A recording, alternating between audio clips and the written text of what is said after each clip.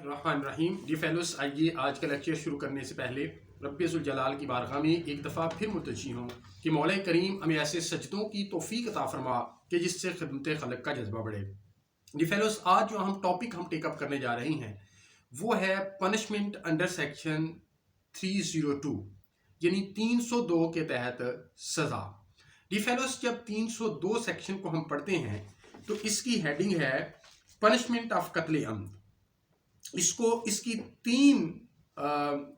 शिक्के हैं, 302A, 302B, 302C। ये फेलोज, ये क्वेश्चन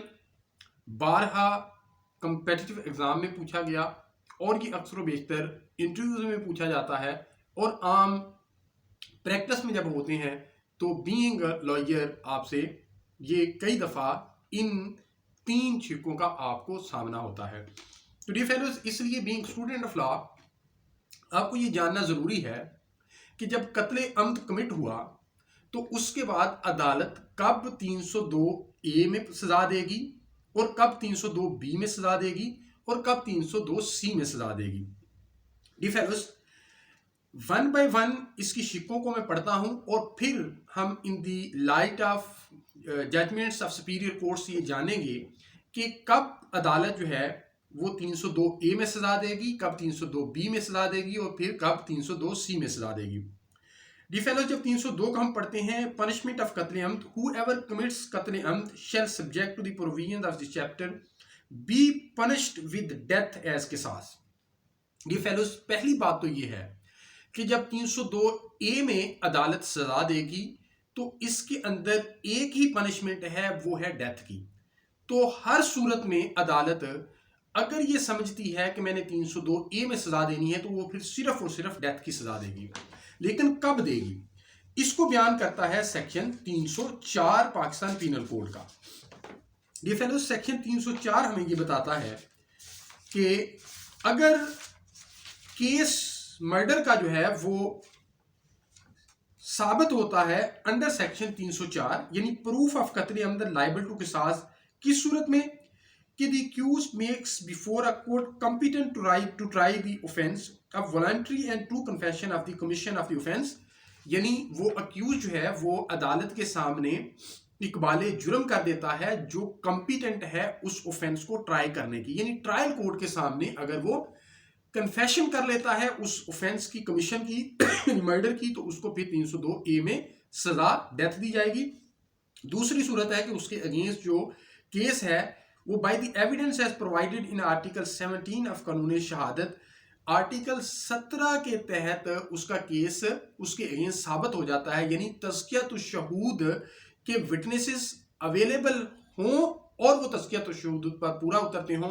और आर्टिकल 17 ऑफ कानून शहादत ऑर्डर के मुताबिक फिर उसको 302A में सजा हो सकती है। डी फेलोस, अब सेक्शन 302B में कब सजा होगी और क्या सजा होगी। डी फेलोस, सेक्शन 302B कुछ इस तरह है कि shall be punish with death और इम्प्रिजनमेंट फॉर लाइफ एज ताजीर having regard to the facts and circumstances of the case if the proof in either of the forms specified in section 304 is not available। 302B में पहली बात तो यह है कि as a ताजीर सजा दी जाएगी, दूसरी यह है कि इसमें अदालत डेथ की सजा दे सकती है और लाइफ इंप्रिजनमेंट की दे सकती है, यानी दोनों में से एक सजा दे सकती है। और कब देगी, जब 302 वाली चीजें अवेलेबल नहीं होगी, यानी ना तो वो कन्फेशन कर रहा है और ना ही तज़कियत शहूद वाले विटनेसेस जो है वो आर्टिकल 17 के मुताबिक अवेलेबल है। हाँ, कब के तज़कियत शहूद वाले तो अवेलेबल नहीं है लेकिन विटनेसेस मौजूद हैं, मॉडर्न डिवाइसेस पर प्रोक्योर्ड की गई एविडेंस मौजूद है, अक्यूलर अकाउंट को मेडिकल एविडेंस कराबोरेट कर रही है, साइंटिफिक बुनियादों पर हासिल की गई एविडेंस जो है वो कराबोरेट कर रही है, जैसे DNA टेस्ट है, जैसे जिस ऑफेंस के साथ उसका मर्डर कमिट किया गया है उस पर जो DNA मिला है in the form of blood stain वो मैच कर जाते हैं, सो एंड सो फोर्थ। यानी मुख्तसर ये है कि 302A और 302B में फ़र्क ये है कि एक तो 302 ए के अंदर सिर्फ सजा डेथ है और 302 बी के अंदर जो सजा है वो डेथ और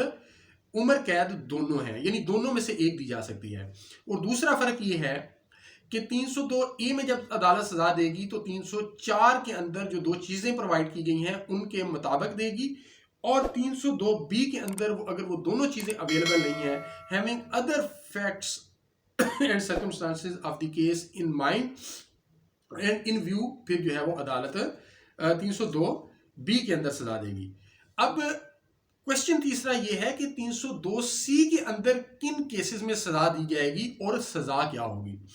डिफेंस 302 सी के अंदर जो पहला डिफरेंस है या जो डिस्टिंग्विश करती है चीज 302 सी को फ्रॉम 302 ए और 302 बी, वो ये है punishment with imprisonment of either description for a term which may extend to 25 years where according to the injunction of Islam the punishment of किसास इज नॉट एप्लीकेबल।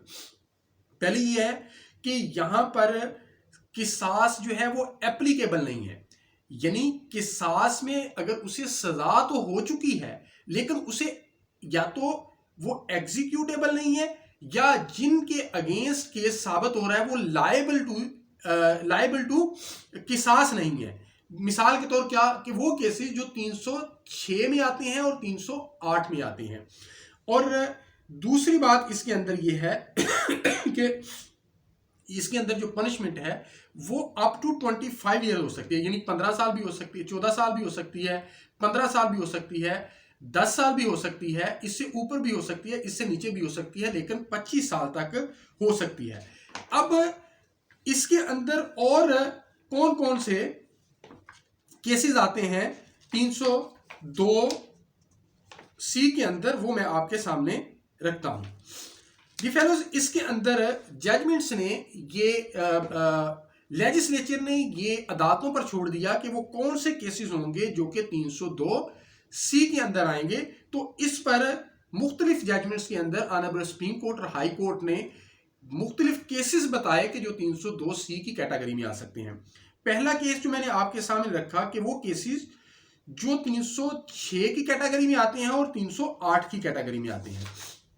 अब 306 और 308 की कैटेगरी में कौन से केसेस आते हैं। 306 वो है कत्ले अमद नॉट लायबल टू किसास, यानी वो लोग जिन जो लायबल टू किसास ही नहीं है। जैसे अगर कोई ऑफेंडर जो है वो इनसेन है, वो ऑफेंस कमिट कर देता है, या वो ऑफेंडर जो काज कर देता है अपने बेटे की डेथ या ग्रैंड चाइल्ड की, और इसके अंदर सिचुएशन दी है ये आप खुद पढ़िएगा। और 308 के अंदर पनिशमेंट इन कत्ले अमद नॉट लायबल टू के साथ, यानी इन दोनों सेक्शंस के अंदर जो केसेस आते हैं वो 302 सी में आएंगे। इसी तरह वो केसेस जो कि सेल्फ डिफेंस में आते हैं। सेल्फ डिफेंस, वैसे तो सेल्फ डिफेंस के अंदर अगर आपने कोई ऑफेंस कमिट किया है तो वो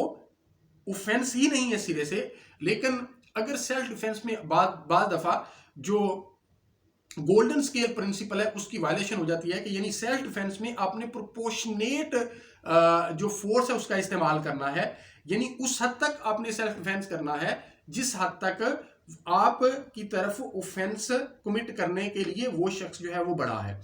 अब ये 100 के अंदर वो सारी कैटेगरीज की गई हैं जहां पर आप डेथ काज कर सकते हैं। अगर वो डेथ काज करने वाली कैटेगरीज में केस फाल नहीं करता तो फिर ये सेल्फ डिफेंस में की, यानी अगर आपने जो सेल्फ डिफेंस है आपके पास अवेलेबल था उससे तजावुज किया है, वो प्रोपोर्शनैलिटी को तजावुज किया, तो फिर 302 सी के अंदर आपका केस आएगा। इसी तरह वो केसेस जो सडन प्रोवोकेशन के हैं वो इस कैटेगरी में आएंगे, और occurrence committed without any pre planning और प्री मेडिटेशन, ये वो केसेस इसके अंदर आएंगे।